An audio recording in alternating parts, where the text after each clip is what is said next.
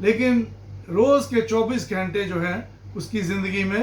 مقرر کیے ہوئے ہیں، چاہے وہ امیر ہے، چاہے غریب ہے، چاہے چھوٹا ہے، چاہے بڑا ہے۔ اس وقت کو ہم لوگ یوٹیلائز کرتے ہیں اپنے روزمرہ کے کاموں میں، کھانے پینے میں، اسٹوڈنٹس ہیں تو وہ پڑھائی میں، کاروباری یا ملازمت پیشہ لوگ ہیں تو وہ اپنی ملازمت یا کاروبار میں، اور اس کے علاوہ رات کو 8 گھنٹے یا 7 گھنٹے یا 10 گھنٹے سونے کے حوالے سے، اور اس طریقے سے ہم ان 24 گھنٹوں کو ہم یوٹیلائز کرتے ہیں۔ اگر ہم دیکھیں سوشیالوجی کے ماہرین کے مطابق تو انہوں نے کچھ اس طرح سے انالیسس کیا کہ ایک شخص یا ایک عورت، ایک انسان جو 70 سال کی عمر تک پہنچتا ہے تو وہ اپنے ان 70 سال کی زندگی میں اس کا جو وقت ہے وہ کس طرح سے کن کن کاموں میں تقسیم ہوتا ہے۔ جو انہوں نے اس پہ ورکنگ کی اس کے مطابق انہوں نے بتایا کہ 23 سال جو ہیں وہ سونے میں گزر جاتے ہیں، 16 سال زندگی کے جو ہیں وہ کام کرنے میں گزرتے ہیں، 8 سال جو ہے وہ ٹیلی ویژن یا اور جو میڈیا کے اوپر خبریں دیکھنے، پڑھنے، سننے میں، یہ 8 سال اس طرح گزر جاتے ہیں، 6 سال جو ہیں وہ کھانے پینے میں گزر جاتے ہیں، اور 6 سال ہی سفر کرنے میں ہے، کہیں آنے جانے میں، آپ کی جاب پلیس ہو سکتی ہے، دوسرے شہر میں آنا جانا، خوشی غمی میں شریک کرنا، یہ 6 سال۔ 4 سال جو ہیں وہ آپ کے سیر و تفریح میں گزر جاتے ہیں، 4 سال جو ہیں 70 سال میں سے وہ بیماری میں گزر جاتے ہیں، 2 سال جو ہیں وہ آپ کے پہننے یا اوڑھنے میں، لباس پہننے میں، چینج کرنے میں، اس چیز میں آپ کے گزر جاتے ہیں، اور اس کے بعد جو باقی بچتا ہے وہ بچتے ہیں تقریباً 6 ماہ یا 1 سال کا جو عرصہ ہے، وہ آپ کہہ لیجئے کہ وہ خدا کے لیے یا مذہبی رسومات میں شرکت کے لیے یا چرچز میں جانے کے لیے، عبادت گاہ میں جانے کے لیے، یہ ایک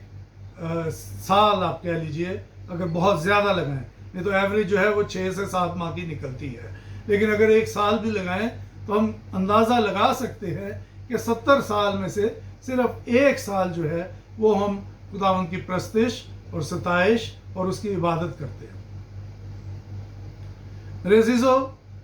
پطرس کے خط میں 5 باب اور اس کی 8ویں آیت میں کہا ہے کہ تم ہوشیار اور بیدار رہو۔ ہوشیار رہنا ضروری ہے اور بیدار رہنا ضروری ہے، کیونکہ لکھا ہے کہ تمہارا مخالف ابلیس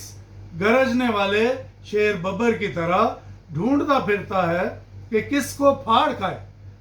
میرے عزیزو، ہمارا مخالف جو ہے وہ شیر ببر کی اسی پھرتی اور ہوشیاری اور قوت کے ساتھ وہ ہر وقت تاک میں رہتا ہے کہ کس طرح سے ایمانداروں کو یا خدا کے لوگوں کو یا وہ لوگ جو خدا کی طرف ابھی نہیں جا سکے ان کو وہ کس طرح سے چیر پھاڑ کرے اور ان کو پراگندہ کرے، ان کی زندگیوں کو خراب کرے اور ان کو خدا سے وہ دور کرے۔ میرے عزیزو، جب لوگ خدا سے دور ہو جاتے ہیں تو وہ دوسرے لفظوں میں آپ یہ کہہ لیجئے کہ وہ اپنے آپ کو اس ابلیس کے، اس درندے کے سامنے پیش کر دیتے ہیں کہ وہ خونخوار درندہ جو ہے وہ ان کو اپنے جال میں پھنسائے اور ان کے، آپ کہہ لیں کہ ان کے ساتھ ان کو چیر پھاڑ کرے یا ان کو نقصان پہنچائے یا ان کا وہ شکار کر لے۔ وہ انسان کی کمزوریوں کے وسیلہ سے انسان کو قابو میں کرتا ہے، وہ انسان کی کمزوریوں کو دیکھتا ہے اور اس پہ ورکنگ کرتا ہے اور اس کمزوری کے تحت انسان کو پھانس لیتا ہے۔ آج کا جو پاک کلام ہے وہ ہم اس بات کے تحت ہم روشنی ڈالیں گے کہ ہمارے جو سینسز ہیں، جس کو اردو میں حواس خمسہ کہا جاتا ہے، ہمارے 5 سینسز ہیں جو کہ آپ سب جانتے ہیں کہ قوت اس میں بصارت ہے، دیکھنے کی قوت، قوت سماعت ہے، سننے کی قوت، قوت ذائقہ ہے، کھانے کی قوت ہے، قوت لمس کسی کو ٹچ کرنے کی قوت، اور سونگھنے کی قوت۔ یہ 5 ویسے 5 ہیں جو انسان کی زندگی میں یہ آپ کہہ لیں حص ہوتی ہے، ایک اس کی جو سینسز ہیں ان 5 چیزوں پہ وہ ڈپینڈ کرتی ہے۔ قوت بصارت جو ہے وہ دیکھنے کی قوت ہے کہ آپ کسی کو دیکھتے ہیں، اور ہم جانتے ہیں کہ پیدائش کی کتاب میں جب خدا نے آدم اور حوا کو بنایا تو انہوں نے جب اس پھل کو دیکھا جس کو کھانے کے لیے خدا نے منع کیا تھا، تو انہوں نے کہا کہ یہ پھل دیکھنے میں خوشنما دکھائی دیتا ہے۔ اور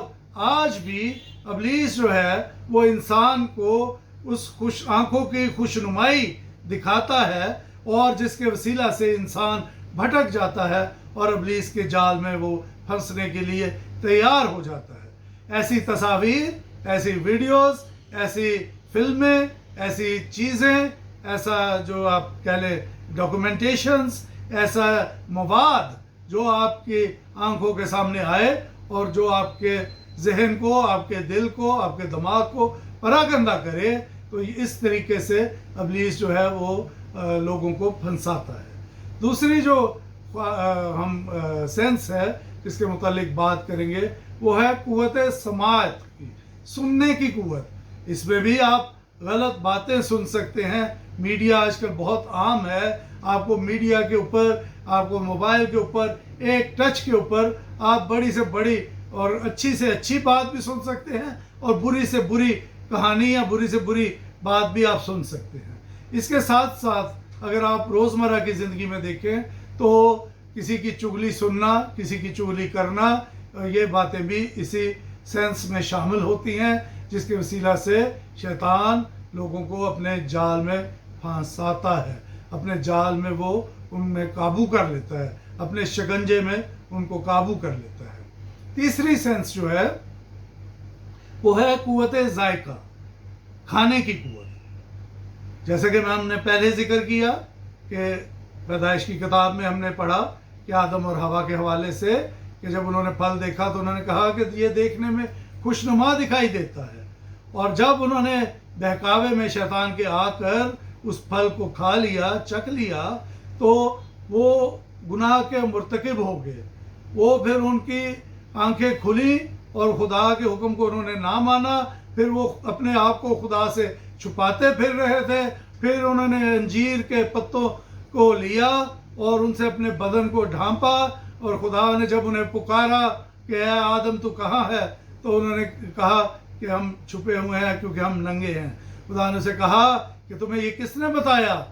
پھر خداوند چونکہ جانتا تھا ہر چیز کو، خداوند آج بھی ہر چیز کو جانتا ہے، دلوں کے بھیدوں کو جانتا ہے خداوند، تو اس طریقے سے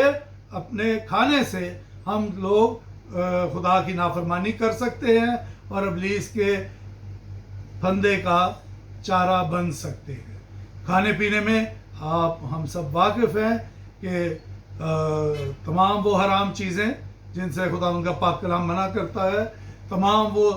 مشروبات جن سے خدا ان کا پاک کلام منع کرتا ہے، ان تمام چیزوں کو نہیں لینا جو ہماری سینسز کو، جو ہمارے دماغ کو بگاڑ پیدا کرتی ہیں، جس کے ذریعے سے انسان اپنی سینس میں نہیں رہتا۔ عزیزو، یہ ہو گئی قوت ذائقہ کے حوالے سے۔ پھر قوت لمس، کسی کو ٹچ کرنا، کسی کو چھونا، اور چھونے کے ساتھ یا برے خیال سے، برے نیت کے ساتھ، برے دل کے ساتھ کسی کو چھونا، تو یہ بھی انسان اس سے گناہ کا مرتکب ہوتا ہے، بدچلنی واقع ہوتی ہے، گناہ ہوتا ہے، اور ابلیس کے پنجوں میں انسان آ جاتا ہے، اور ابلیس پھر اس سے اور زیادہ اپنا کام لیتا ہے، اور زیادہ اس جان کو نقصان دیتا ہے، اور زیادہ وہ اپنے کاموں میں اس کو بڑھا لیتا ہے، اس کو اپنے گروپ میں شامل کر لیتا ہے، اور پھر وہ ابلیسی کاموں میں آگے بھی بڑھتا چلا جاتا ہے۔ پانچویں جو سینس ہے وہ ہے سونگھنے کی قوت۔ سونگھنے کی قوت ناک کے ذریعے سے خدا نے بہت خوبصورت اور اچھی سینسز انسان کو عطا کی ہیں۔ اگر وہ خدا کی مرضی کے حوالے سے چلتا رہے، اپنی زندگی گزارے، تو ان تمام سینسز کے حوالے سے اسے برکت ملے گی، اسے بلیسنگ ملے گی، اور وہ دوسروں کے لیے بھی باعث برکت ہوگا۔ یہاں پر سونگھنے کے حوالے سے آپ سب جانتے ہیں کہ اس دور میں سونگھنے کے ذریعے سے بھی بہت سی نشہ آور چیزیں نوجوان یا بڑے لوگ بھی جو اس میں لت میں پڑ چکے ہیں، وہ سونگھنے کے حوالے سے بھی بہت سارے نشے وہ